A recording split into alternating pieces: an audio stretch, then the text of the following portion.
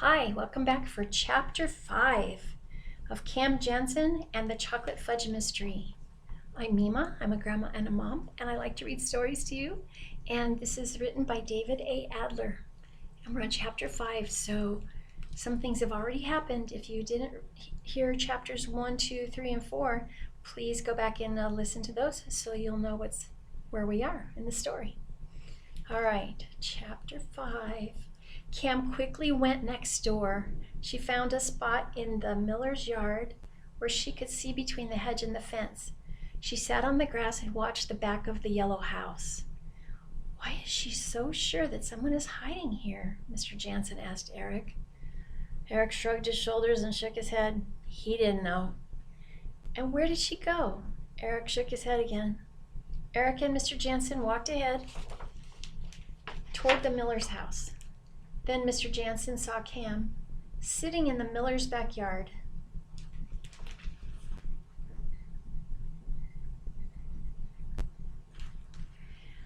"She can't do that. She shouldn't be sitting on someone else's lawn," Mr. Jansen said. "We know the people who live here," Eric said. "They bought candy and rice cakes from us. We can ask them if Cam can stay here." Mr. Jansen stood behind Eric as he rang the doorbell of the miller's house.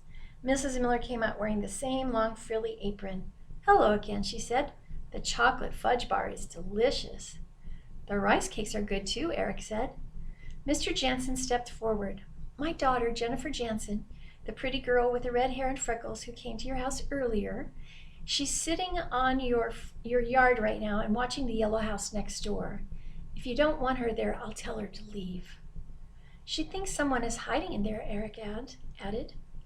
"She does? Oh my goodness, I must tell Jacob." Mrs. Miller came back a moment later with her husband. "The Pells live next door," Mr. Miller said, "but they're on vacation. They won't be back for several weeks." "Someone left the box of food on the back porch," Eric said.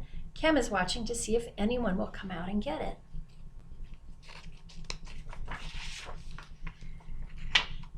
"Who is Cam?" Mrs. Miller asked. "Jennifer's nickname is Cam," Mr. Jansen explained. "It's short for the camera. We call her that because she has a photographic memory." "Oh, well, your camera daughter might be right," Mrs. Miller said.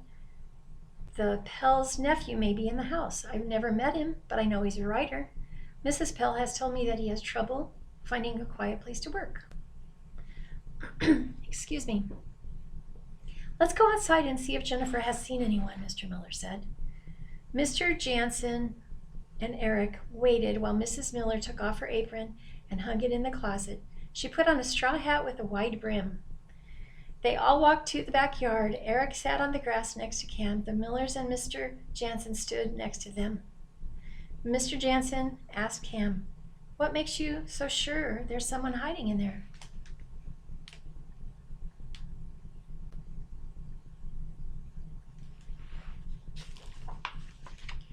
"It's the newspapers on the front lawn," Cam said. "The newspapers," her father said. "That's a sure sign that no one is in the house." "I smell something," Mrs. Miller said. "Shh," Eric said. "I hear something." Mr. Jansen and the Millers bent down so they were hidden by the hedges. They were quiet. They didn't see anyone, but they heard something or someone moving. Tinkle, meow. The black and white cat jumped onto the back porch again. With its paws and mouth, it tried to open the cardboard carton of milk. Mr. Jansen and the Millers stood up. "Eric and I each looked at a newspaper," Cam said, "and both papers had the same headline. Whoever is hiding in that house probably bought a bunch of papers the day he went into hiding, rolled them up, and threw them on the lawn so people would think the house was empty." Eric said, "The woman with the dark glasses may have thrown the papers there." The cat pulled the milk carton to the edge of the steps and stepped away.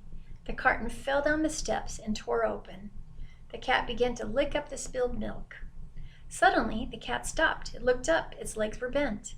The cat was ready to run. "It heard something," Mr. Jansen whispered. He and the Millers bent down. There was a creaking sound. Then the back door of the yellow house opened. And that's the end of Chapter 5. I'll bet you in Chapter 6 we find out who is in the house. All right. Well, I hope you come back to hear chapter 6. I'm excited to see who it is. Do you think it's the lady with the dark glasses? Oh, we'll find out. Okay. I love you. See you in a minute.